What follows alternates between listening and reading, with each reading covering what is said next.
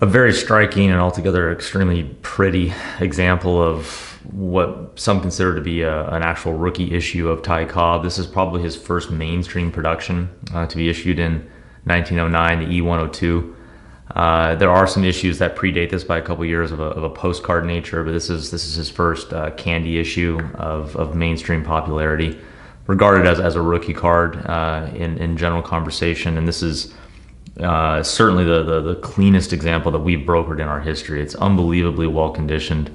It's got the look of a near mint or better card in a lot of ways, and all told, it's virtually irreplaceable. This is an incredibly rare issue that simply does not surface on the open market with any kind of regularity.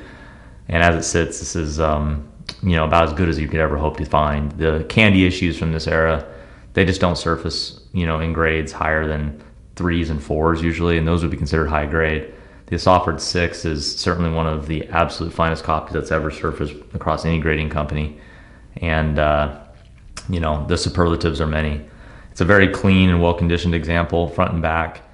We've given it our above average designation, saying that we just think from a EXMT perspective, this is in the top 30%. It's better than a lot of 6s.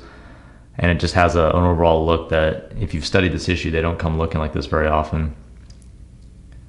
Very light wear to the extreme periphery.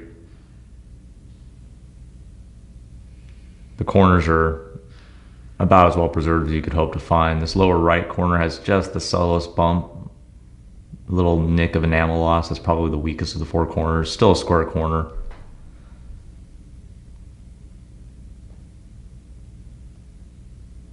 From the back, it's clean. There's really nothing to show in terms of wear that varies from the front. It's all told, very nicely conditioned and beautiful card that, goodness, they don't get any better. As far from a brand perspective, Ty Cobb, he's the immortal from the post 1900 era, and that first 15-20 year span until Ruth comes along.